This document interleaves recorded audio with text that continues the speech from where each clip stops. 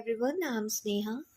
और जैसे कि मेरे यूट्यूब चैनल में आपने देखा है कि मेरी ईयर सर्जरी की मैंने बहुत सारे वीडियोस के पार्ट डाले हैं और आफ्टर इफेक्ट भी मैंने वीडियोस बना के डाले हैं। आज भी ये वीडियो मैं कान के ऊपर ही बना रही हूँ।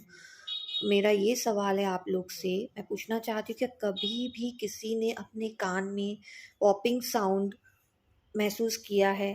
पॉपिंग साउंड मतलब कि जब आप कोई भी चीज़ खा रहे हो या आप कुछ पानी पी रहे हो या कुछ आप निगल रहे हो तो एक कान में आवाज़ होती है, कट कट कट कट करके।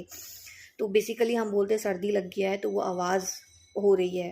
पर क्या कभी ऐसा किसी के साथ हुआ है कि वो आवाज़ गई नहीं है? जैसे मेरे साथ हुआ है और बहुत डॉक्टर्स को मैंने दिखाया भी इस चीज़ के लिए। ये तुरंत इफेक्ट मेरा हुआ था आफ्टर ऑपरेशन, तो मैं बहुत डर गई थी।